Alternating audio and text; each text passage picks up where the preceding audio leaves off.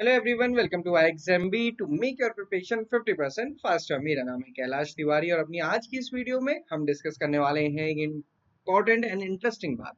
वो क्या है कि आरबीआई और नाबार्ड का एग्जामिनेशन, क्या ये पॉसिबल है कि इन दोनों को साथ में प्रिपेयर किया जाए? तो ये हम डिस्कस करेंगे। मैं आपको बताऊंगा कि दोनों में क्या क्या सिलेबस रहता है, क्या एग्जामिनेशन पैटर्न है, क्या एलिजिबिलिटी है। तो आप अपने आप को देख सकते हैं कि क्या आप एलिजिबल हैं और क्या आप दोनों को साथ लेके चल सकते हैं। बट उससे पहले मैं आपको बताऊं कि अगर आप आरबीआई प्रिपेयर कर रहे हैं तो बहुत हद तक हम कह सकते हैं 99% तक ये पॉसिबल है कि आप नाबार्ड भी प्रिपेयर कर सकते हैं। अब आप कहेंगे कि 1% वाली कौन सी प्रोबेबिलिटी है? तो जो 1% वाला चांस है वो तब है जब आप कहें कि मुझे एग्रीकल्चर पढ़ना ही नहीं है, क्योंकि एआरडी यहाँ पे पढ़ना होता है, एग्रीकल्चर रूरल डेवलपमेंट। हालांकि वो भी बहुत बेसिक चीजें होती है, बहुत इन डेप्थ नहीं होता है। अब आप कहें कि मुझे एग्रीकल्चर पसंद ही नहीं, मैं नहीं ही पढ़ूंगा, तो अलग बात है। अदरवाइज जो भी स्टूडेंट आरबीआई प्रिपेयर कर रहे हैं नाबार्ड इजीली प्रिपेयर कर सकते हैं। देखते हैं कैसे, स्टेप बाय स्टेप सारी चीजें देखेंगे। तो एलिजिबिलिटी की बात करें तो ये नाबार्ड की एलिजिबिलिटी है, लास्ट ईयर के नोटिफिकेशन के अकॉर्डिंग आप देख सकते हैं कि 20 से 30 ईयर्स तक की एज का स्टूडेंट होना चाहिए। एज जिस दिन नोटिफिकेशन आता है उस दिन की कट ऑफ मानी जाती है। सेम एकेडमिक क्वालिफिकेशन के लिए भी होता है। जर्नलिस्ट पोस्ट में आप किसी भी सब्जेक्ट से आपका ग्रेजुएशन है तो आप एलिजिबल है।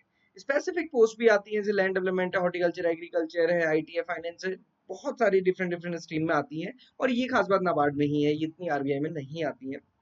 आरबीआई में आप देखेंगे डीपीआर, डीएसआईएम, लीगल वगैरह बस यही आती है, यहाँ पे बहुत सारी आती है। तो अगर आपका वो स्पेसिफिक सब्जेक्ट में पोस्ट ग्रेजुएशन या फिर ग्रेजुएशन है, ग्रेजुएशन ही चाहिए, पोस्ट ग्रेजुएशन की रिक्वायरमेंट नहीं है, ग्रेजुएशन ही है तो भी चलेगा। ओके, यहाँ पे अगर आप आरबीआई में देखें तो जो एलिजिबिलिटी रहती है, यहाँ पे ग्रेजुएशन आपका किसी भी सब्जेक्ट से हो 60% मार्क्स के साथ आप एलिजिबल हैं।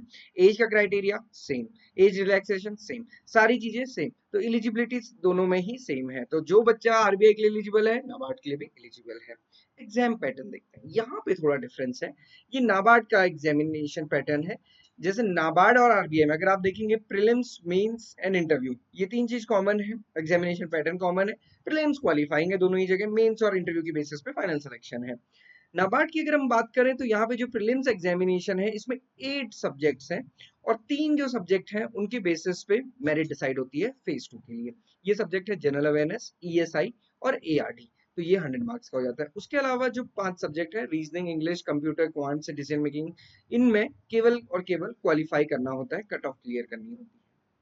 मेंस का एग्जामिनेशन नाबार्ड में जो भी स्टूडेंट की कट ऑफ बनेगी based on the marks of these 3 subjects, उसके बेसिस पे स्टूडेंट सेलेक्ट होंगे मेंस के लिए।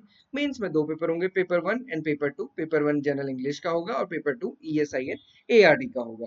और यहाँ पे आप देख सकते हैं paper 1 descriptive English same NABARD RBI की तरह, पेपर 2 ईएसआई एंड एआरडी है, वहां पे आप देखेंगे थोड़ा सा डिफरेंट होता है, वो मैं आपको बताने वाला हूँ। यहाँ पे आरबीआई में phase 1 again general awareness, reasoning, quants and English, तो 4 सब्जेक्ट कॉमन है, बट 4 सब्जेक्ट यहाँ पे डिफरेंट है नाबार्ड में।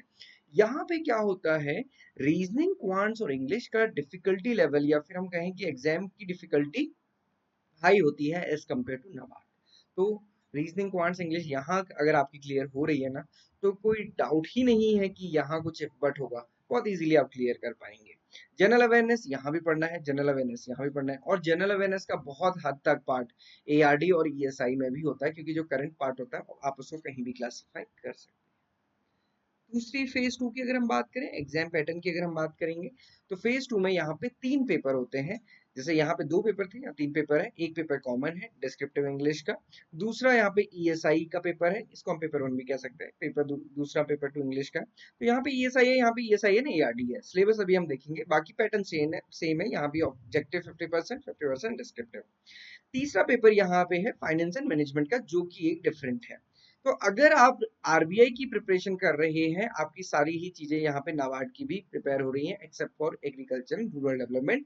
और मैं अगर आपको बताऊं, क्योंकि एग्रीकल्चर अगर हम आरबीआई भी पढ़ते हैं, हमको पता है इकोनॉमी के जो 3 सेक्टर हैं, primary, secondary, tertiary, primary agriculture sector, तो ऐसा हो नहीं सकता कि हम उसको इग्नोर करते हुए चले या उसके बारे में पढ़ना ही ना पड़े। सो अगेन बहुत हद तक ये पॉसिबल है, तो इस कॉन्फिडेंस के साथ आप दोनों को प्रिपेयर कर सकते हैं। ये नाबार्ड का सिलेबस है, यहाँ पे मैंने एआरडी का सिलेबस दिखाया है, ये बिल्कुल बेसिक है, यहाँ पे आपको थोड़ा ज्यादा लग रहा होगा बट ये बेसिक बेसिक सी चीजें पूछी गई हैं। ये ईएसआई का सिलेबस है, ये आरबीआई का ईएसआई का सिलेबस है, डिस्क्रिप्टिव इंग्लिश कॉमन है, और ये जनरल फाइनेंस एंड मैनेजमेंट का है। जनरल फाइनेंस मैनेजमेंट भी आप देखेंगे ना, तो ये जनरल फाइनेंस एंड मैनेजमेंट है, बहुत इन डेप्थ अकाउंटिंग नहीं है। यहाँ पे इन्होंने ऐड किया है basics of accounting and financial statements, balance sheet, PNL, cash flow accounts, ratio analysis वगैरह।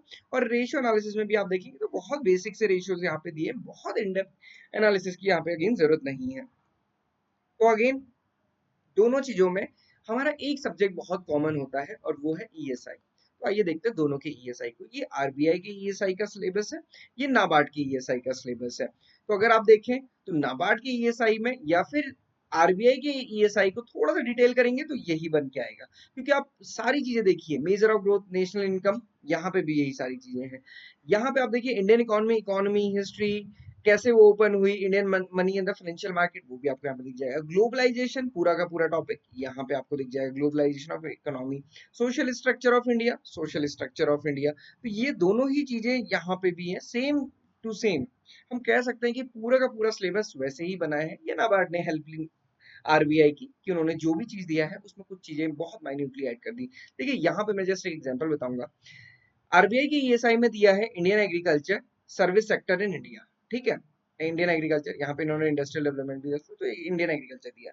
यहाँ पे आप देखिए इंडियन एग्रीकल्चर, यहाँ से दिया agriculture characteristics, status, technical institutional changes in Indian agriculture, agriculture performance, issue in food security of India, non institutional agencies in rural credit. तो इतनी सारी चीजें दी हैं। अब उसके अलावा देखिए इंडस्ट्री, इंडस्ट्रियल लेबर, तो वो भी यहाँ पे भी दिया है, industries and industrial development, okay, industrial development देखेंगे तो अगेन वही सारी चीजों को डिटेल में नाबार्ड में दिया है, कोई सिलेबस चेंज यहाँ पे नहीं होता है। हम कह सकते हैं कि थोड़ा सा रूरल की तरफ जो इंक्लाइंड स्कीम्स है उनको ज्यादा अच्छे से पढ़ने की जरूरत है। अब एक और चीज देखते हैं दोनों में कितने स्टूडेंट अप्लाई करते हैं। नाबार्ड में लास्ट ईयर जर्नलिस्ट पोस्ट में 74,000 स्टूडेंट्स ने अप्लाई किया था, जिसमें से कि 45,000 अपीयर हुए, मेंस के लिए 2800 स्टूडेंट्स का सिलेक्शन हुआ, 480 स्टूडेंट्स नियर अबाउट इंटरव्यू में सेलेक्ट हुए और फाइनल सिलेक्शन 150 का। सिमिलरली आप यहाँ पे देखिए 1 लाख अराउंड स्टूडेंट्स अपीयर होते हैं, तो मोर और लेस हम ये नहीं कह सकते हैं कि बहुत हद तक सेम है। क्यों नहीं कह सकते हैं? क्योंकि ये जो नंबर है ना, ये 60,000 से भी कम होता अगर 2023 में भी 2022, 21 एंड 20 की तरह एग्रीकल्चर की स्पेशलिस्ट वैकेंसीज या फिर लैंड डेवलपमेंट की स्पेसिफिक वैकेंसीज आती। बट यहाँ पे कोई वैकेंसी स्पेसिफिक नहीं थी, इसलिए सब स्टूडेंट ने जर्नलिस्ट में अपीयर हुए या फिर फॉर्म फिल किया, इसलिए नंबर थोड़ा सा हमें ज्यादा दिखता है। अदरवाइज आप देखेंगे यहाँ पे 60,000 स्टूडेंट्स हैं और यहाँ पे 1 लाख स्टूडेंट्स हैं, तो अभी भी जितने स्टूडेंट्स आरबीआई प्रिपेयर करते हैं वो नाबार्ड नहीं देते, क्योंकि हमने नाबार्ड में कई बार ये भी देखा कि यूपीएससी स्टूडेंट्स को ज्यादा कॉन्फिडेंस आता है नाबार्ड में as compare to RBI. Reason वही है, एआरडी एंड ईएसआई और जीए का। यहाँ पे सिर्फ हम ईएसआई और जीए पढ़ते हैं, इसलिए थोड़ा सा हमें अलग लगता है। तो आरबीआई वाले स्टूडेंट नो डाउट बहुत अच्छे से अपनी नाबार्ड की प्रिपरेशन कर सकते हैं, बशर्ते आप लगे रहें। ओके, दोनों के प्रीवियस ईयर पेपर आपको हमारी वेबसाइट पे मिल जाएंगे, दोनों चीजें आप देखिए, इवेल्युएट कीजिए। इसके साथ साथ आपको पता है कि आरबीआई और नाबार्ड की बेस्ट फैकल्टी एग्जाम के पास है, सुशील लगड़े सर हैं जो एक्स मैनेजर आरबीआई में रह चुके हैं, डॉक्टर संजीव शर्मा सर हैं जो एक्स सीजीएम आरबीआई के हैं, उससे बड़ी बात सर है कि इंग्लिश के एक्सपर्ट हैं, उनकी पीएचडी है, और साथ ही साथ आईआईटी कानपुर से होगी। और उसके साथ साथ मैं अगर आपको बताऊं, सर अभी भी गेस्ट फैकल्टी या फिर रेगुलर फैकल्टी हैं आईएएसबी में, आईआईएम्स में। सो आप समझ सकते हैं कि ये केवल एक कोचिंग प्लेटफॉर्म है जो आपको ऐसी फैकल्टी प्रोवाइड करता है जो एक बहुत हाई लेवल में है, और वो आपको सारी चीजें पढ़ाते हैं। ओके, सो बेशक अगर आप प्रिपेयर करना चाहते हैं नाबार्ड आरबीआई को साथ में, तो आप प्रिपेयर कर सकते हैं। So this is all for today. किसी भी डाउट क्वेरी क्वेश्चन आप हमें कनेक्ट कर सकते हैं।